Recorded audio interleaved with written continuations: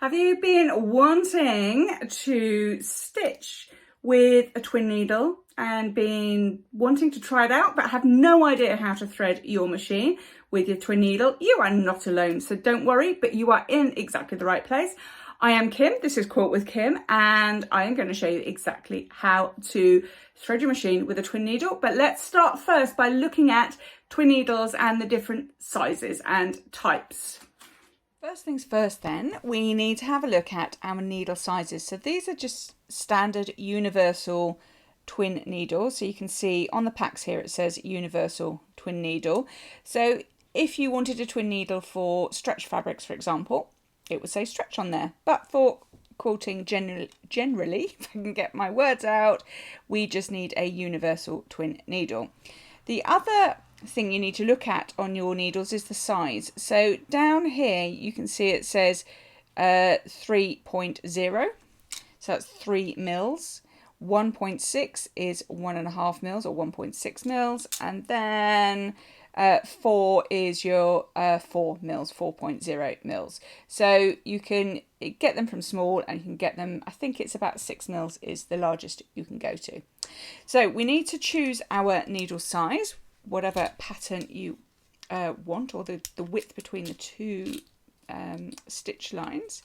And if you look at the needle, you can see that it's got a flat back just like your standard needles are. So that flat always goes to the back. So you'd put that in your machine exactly like you would a normal needle. So if I reposition my camera, okay, so our needle goes up into the little hole at the top here, just like you would a normal needle. Push it all the way to the top. Actually, they're a bit easier to insert into this little hole than your normal needles because you can hold on to two needles at the same time. So push that up as far as you go, flat to back, and then we're going to screw this little screw up. Sorry about the view of my hand. It's a camera in the way now. Okay, so that's your twin needle in. Now we have to thread it. So let's move camera position. So next you need to look for your spool holder. So you may well have been given one of these as part of your machine. Mine looks like this. It looks like a very sort of fandangled bit of plastic, and you may have wondered what it is for. It is for holding your second spool of thread. Yours may look like this. So you've got a little spool holder, and normally there's a little hole next to your original spool holder where you'd normally put your thread, and you'd just pop that into the hole and it would click into place on that. So this isn't from my machine, so it's not going to fit, but this one definitely is. So it looks a bit frightening, but don't worry. So this bit here, you can see there's a hole at the bottom, and this is going to fit over my bobbin spindle just here, and it'll click nicely into place. And then when I swing this out, this is where my second spool of thread is going to go. So I can put that all the way out like that. So if I get my second spool of thread, so I've got a bright red here, that pops on, oops, that pops on there like that. And then you need one of your little spool holders, one of these things, and they pop, oops, pop on the end like that. Let's see if I can just zoom out a little bit so you can see in a bit more detail. There we go. So we've got our spool holder in place, that's not going anywhere. We've got our spool of thread, and then we have got our spool holder holding that into place. And then the next thing we are going to do is take both pieces of thread. So here's the blue, here's my original spool holder. So it doesn't matter whether your spools lie down like mine do or they stand up. All you're going to do is get the two ends of the thread. Okay, so get those in your hands. I'm just going to move my camera so that you can see this bit. Okay, to thread then, we are just going to thread in pretty much the normal way.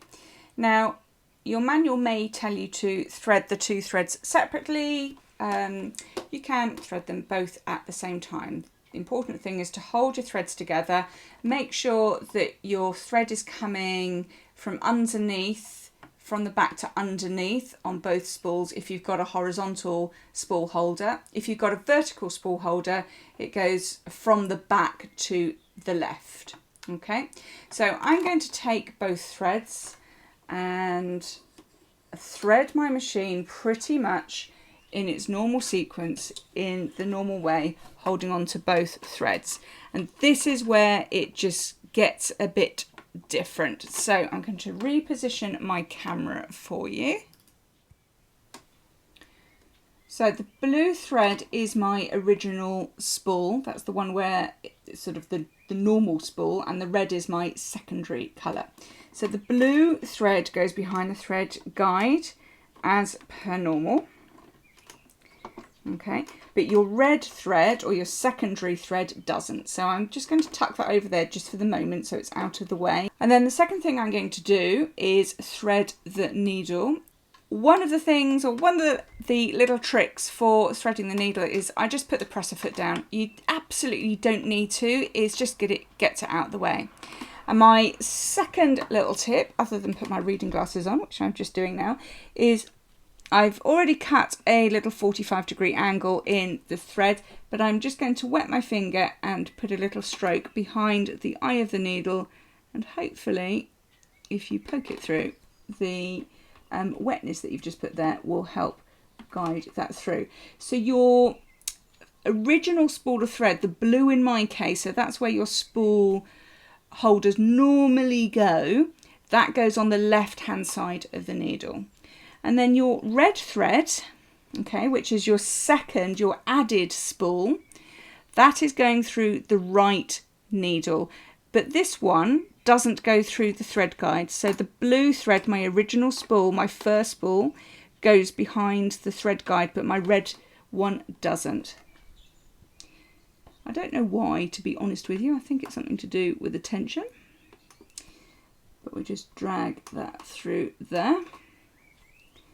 Okay. And then I can lift up my presser foot and get my threads and tuck them behind as normal. My bobbin has already loaded. My needles are actually in the central position. So you need to be careful that they're not going to crash into your presser foot in any way. And then all I need to do is pop my needles down and off we go. And that is your twin needle sewing. Now, just a couple of things, don't switch off yet. Just a couple of things. You can't use your automatic threader on twin needle at all. It doesn't work. And I don't know, does it use my... Yes, I can use my automatic cutter as well. Okay, so there we go. So there's my twin needle, my blue and my red, and then on the reverse you'll see a zigzag going on as the bobbin goes to hook both threads down.